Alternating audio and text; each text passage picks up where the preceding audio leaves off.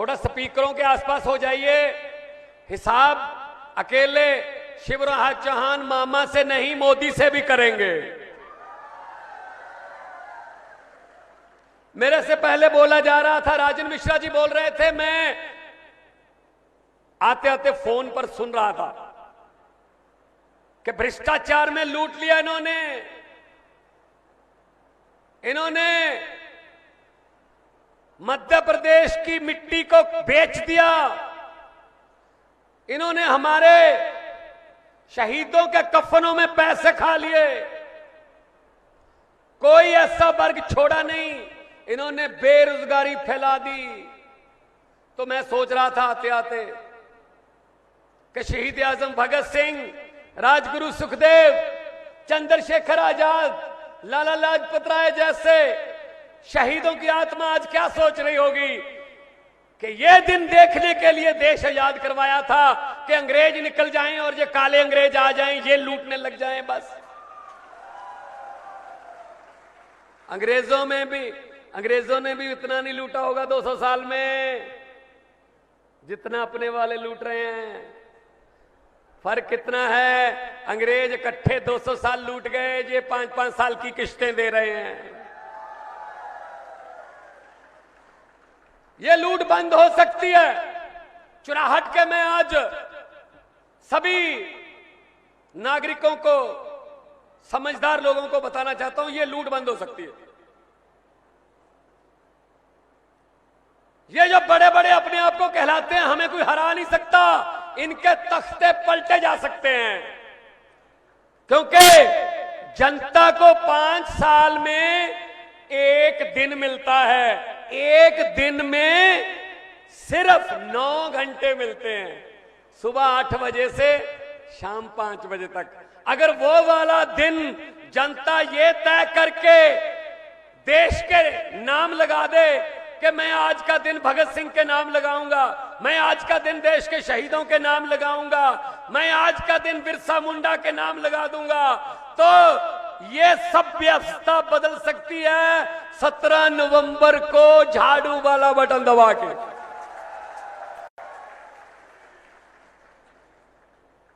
शिवराज चौहान जी, आप ये कब बताने वाले हैं मध्य प्रदेश को भ्रष्टाचार के जरिए और कितना खाने वाले हैं? वैसे भी अगले महीने आप जाने वाले हैं, कम से कम जाते जाते ही बता दो अच्छे दिन कब आने वाले हैं। नहीं आने वाले हैं। एक बात मैं दिल्ली और पंजाब के तजर्बे से बोल रहा हूं, दिल्ली में अरविंद केजरीवाल की सरकार तीसरी बार बनी है, पंजाब में हमें 1.5 साल हो गया सरकार बने हुए। ये मोदी और ये शिवराज चौहान और ये भाजपा के अच्छे दिन आए ना आए, कब आएंगे मुझे पता नहीं, लेकिन मध्य प्रदेश में अरविंद केजरीवाल वाले सच्चे दिन जरूर आने वाले हैं, सच्चाई का राज आने वाला। देखिए पंजाब जाके हमने आते ही भ्रष्टाचार के खिलाफ एक हेल्पलाइन नंबर जारी कर दिया, व्हाट्सएप नंबर जारी कर दिया, और लोगों को यह बोल दिया जब आप सरकारी दफ्तर में जाओगे, वहां कोई सरकारी बाबू आपसे पैसे मांगेगा कि इसके तो इतने पैसे लगेंगे, ये जाति प्रमाण सर्टिफिकेट बनाना इतने पैसे देंगे तो बनेगा, ये कागज आपका इतने पैसे लगेंगे, तो हमने पंजाबियों को बोल दिया पैसे देने से मना मत करना, जेब में हाथ डालना, पैसे मत निकालना, फोन निकालना, उस आदमी की फोटो खींच लेना या वीडियो बना देना, इस फोन नंबर पर डाल देना, बाकी काम हमारा। भाई साहब 450 से ज्यादा अधिकारी जेल में बैठे हैं उस फोन नंबर की वजह से। ये इससे खत्म होगा भाई साहब। हमने एक पूर्व मंत्री के घर पे छापा मारा, इंडस्ट्री का मिनिस्टर था, फैक्ट्रियां जो लगती हैं, जिन्होंने बहुत रोजगार देना होता है, उनका मंत्री था। भाई साहब छापा मारा, पैसे मिले, पता ही था कि उसके बारे में को पैसे लेता है।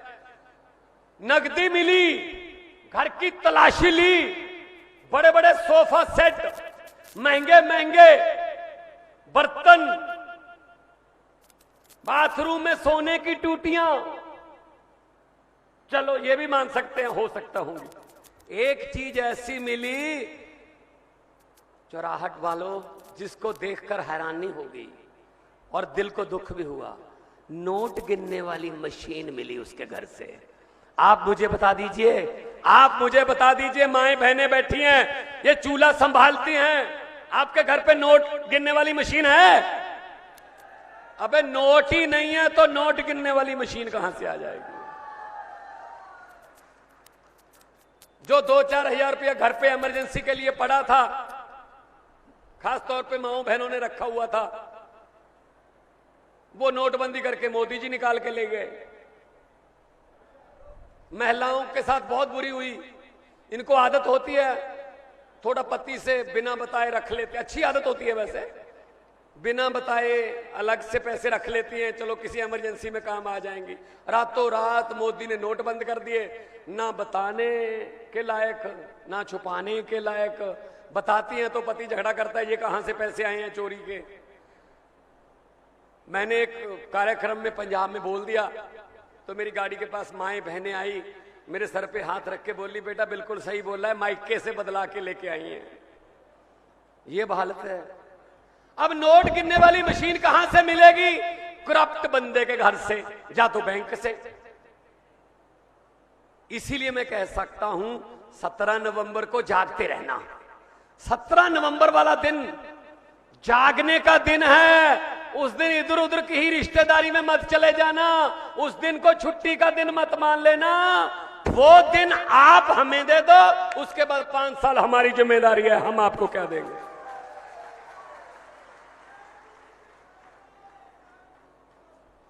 खालसा जी, खालसा जी, पता ही। तो ये सब कुछ हो सकता है, नीयत साफ होनी चाहिए। राजन मिश्रा जी बोल रहे थे बेरोजगारी, भाई साहब 1.5 साल हुआ है, अभी 1.5 साल हुआ सरकार बने हुए। पंजाब में 37,758 नौकरियां देके आपके सामने खड़ा हूं। 37,758 सरकारी नौकरियां, सरकारी। नीयत साफ हो तो सब कुछ हो सकता है। और गारंटियां देते हैं हम। अरविंद केजरीवाल की गारंटी होती है, अरविंद केजरीवाल की गारंटी जो होती है ना, वो बदलती नहीं है। भाजपा वाले गारंटी देते हैं भ्रष्टाचार की, ये गारंटी देते हैं दूसरे पार्टियों के एमएलए खरीदने की। हम गारंटी देते हैं बिजली का बिल माफ करने की। पंजाब में 90% घरों में पंजाब में बिजली का बिल 0 आता है जी। 600 यूनिट माफ है पंजाब में, 600 यूनिट। पंजाब में 670 आम आदमी क्लिनिक खुल गए। 40 किस्म के टेस्ट, 90 किस्म की दवाइयां वहीं से मिलती हैं। अब तक 60 लाख बंदा उन आम आदमी क्लिनिकों में आकर ठीक होकर अपने घर वापस जा चुका है। 60 लाख। तो इन्होंने समझ क्या रखा देश को कि इन्होंने ठेका ले रखा देश का। 5-5 साल की लूटने की बारियां बांध रखी हैं। लोगों की बारी कब आएगी? दिल्ली और पंजाब में लोगों की बारी आ चुकी है। वहां आम लोगों की सरकार है और वहां पर नौकरियां मिल रही हैं हर रोज। वहां पर फैक्ट्रियां आ रही हैं नई नई, बड़े बड़े विदेशों से फैक्ट्रियां आ रही हैं। नौजवानों को काम मिल रहा है, लड़के लड़कियों को। यहां पर मेरे सामने हाथ उठा के बताइए भाई, बेरोजगार कौन कौन है? बेरोजगार जिनके पास रोजगार नहीं है, ये देखो सारा बेरोजगार, सब बेरोजगार है। आपने कभी नेता का बेटा बेरोजगार देखा है कोई? कि नेता बहुत बड़ा है लेकिन उसका बेटा बेरोजगार है? आपने कभी किसी नेता का बेटा फौज में देखा है कि फौजी जवान है? ना। हाँ, मरने के लिए हम, लड़ने के लिए हम, गरीबी से लड़ने के लिए हम, और इनके बेटे बेटियां चेयरमैन, मंत्री, बड़े मंत्री, एमएलए। मैं उनको बोलना चाहता हूं, आपके आज के इकट्ठ के हिसाब से बोल रहा हूं भाई साहब, दिल मत तोड़ देना। उनको बोल देना, ये बड़े बड़े जो मंत्री बने फिरते हैं, कई कई पीढ़ियों से कह रहे हैं हम हारे नहीं, उनके बेटे बेटियों को बोल दो कि अपना बोरी बिस्तरा गोल कर लें, आम लोगों के बेटे बेटियां आ रहे हैं मध्य प्रदेश में। आम लोग ही हम। मेरी एग्जांपल ले लो, मैं कलाकार था, आपने टीवी पर देखा होगा मुझे बहुत बार, लाफ्टर चैलेंज में देखा होगा, लेकिन दिल में तमन्ना थी कि देश के लिए कुछ करना है। हमारे सामने हमारा देश लूटा जा रहा है, तो आम आदमी पार्टी आई, आम आदमी पार्टी में शामिल हुए, लोगों ने प्यार दिया। 117 में से 92 सीटें दी पंजाब में, 117 में से 92 सीटें। भाजपा की कितनी सीटें हैं पंजाब में पता है? 2। वो तो विधानसभा आना हो तो स्कूटर पर बैठकर भी आ सकते हैं। 2। तो भाई साहब इनको उखाड़ फेंको। ये हर बात पे झूठ बोलते हैं। अभी भी आपके पास आएंगे, इनके जुमलों की फैक्ट्रियां दिन रात काम कर रही हैं, नए नए जुमले बना रही हैं। कौन से जुमले लोगों को पसंद आएंगे, ये नए नए जुमले लेके आएंगे। मैंने पार्लियामेंट में बोल दिया था भाई साहब, ये बात बोलने के लिए जिगरा चाहिए। सामने मोदी जी बैठे थे, मैंने पार्लियामेंट में क्या कहा था? मैंने कहा 15 लाख की रकम लिखता हूं तो कलम रुक जाती है, काले धन के बारे में सोचता हूं तो स्याही सूख जाती है। हर बात ही जुमला निकली। मोदी जी अब तो ये भी शक है, क्या चाय बनानी आती है? ये भी शक है, ये भी झूठ ही होगा, नहीं बनानी आती होगी भाई साहब। वो स्टेशन बाद में बना था, जिस स्टेशन पर बात कर, हर बात पे जुमला। यार कोई चीज तो सच बोल दो। हम गारंटी देते हैं बिजली की, हम गारंटी देते हैं। ये लड़के खड़े हैं, लड़के लड़कियां, पुलिस वाले, ये भी हमारे बेटे बेटियां हैं। पंजाब पुलिस और दिल्ली पुलिस पे हमने लागू कर रखा है, सेना पर भी लागू कर रखा है। पंजाब का जवान और दिल्ली का जवान अगर ड्यूटी के दौरान शहीदी हो ना, रब खुदा ना करे, भगवान ना करे ऐसा दिन आए कि ड्यूटी के दौरान किसी जवान को जान गंवानी पड़े, फौजी जवान को 1 करोड़ रुपया उसकी विधवा को 10 दिन के अंदर अंदर हम घर पे दे के आते हैं। ये मान सम्मान है, उसकी जान की कीमत नहीं है, ये मान सम्मान है बस। और पंजाब पुलिस का हमने कर रखा है कि जो जिस बैंक में उनकी सैलरी डालते हैं, उस बैंक से हमने ये गारंटी ली हुई है कि 1 करोड़ रुपया तुम दोगे, तो 1 करोड़ सरकार की तरफ से, 1 करोड़ बैंक की तरफ से, 2 करोड़ रुपया पंजाब पुलिस के जवान के घर वालों को उसके भोग से पहले पहले उनके परिवार को सम्मान राशि मिलती है। ये सम्मान राशि का मध्य प्रदेश में ही वादा करते हैं। रोजगार पैदा करेंगे, बिजली फ्री होगी, और सबसे बड़ी बात, भ्रष्टाचार खत्म होगा। ये लेन देन खत्म कर देंगे। ये पैसे वालों को हम बोलने वाले हैं, आज भी बोल देना। भगवंत मान सीधी आए थे और उन्होंने बोला था, ये भ्रष्टाचारियों को मैं कहना चाहता हूं, जितने मर्जी इकट्ठे कर लो, पैसे हीरे मोती, मगर ख्याल इतना रहे कफन पे जेब नहीं होती, सब कुछ यहीं रह जाता भाई साहब। गरीबों की बद्दुआएं मत लो, गरीब की हाँ और परमात्मा की दरगाह एक ही रास्ता होता है भाई साहब। गरीब जब दुआ देता है तो भी सीधी परमात्मा के पास पहुंची है, बद्दुआ देता है तो भी सीधी परमात्मा के पास पहुंचती है। हम लोग तो आप लोगों में से निकले हुए लोग हैं, इसलिए मैं कहता हूं हमारा चुनाव चिन्ह झाड़ू है, और अरविंद केजरीवाल जी ने झाड़ू चुना इसलिए था कि गंदगी साफ करनी है। इस झाड़ू से इससे पहले हम सिर्फ दुकान या मकान साफ करते थे, अब अरविंद केजरीवाल की अगुवाई में इस झाड़ू से पूरा हिंदुस्तान साफ किया जाएगा भाई साहब। ये हमें जेल में डाल रहे हैं, हमारे नेताओं को पकड़ रहे हैं।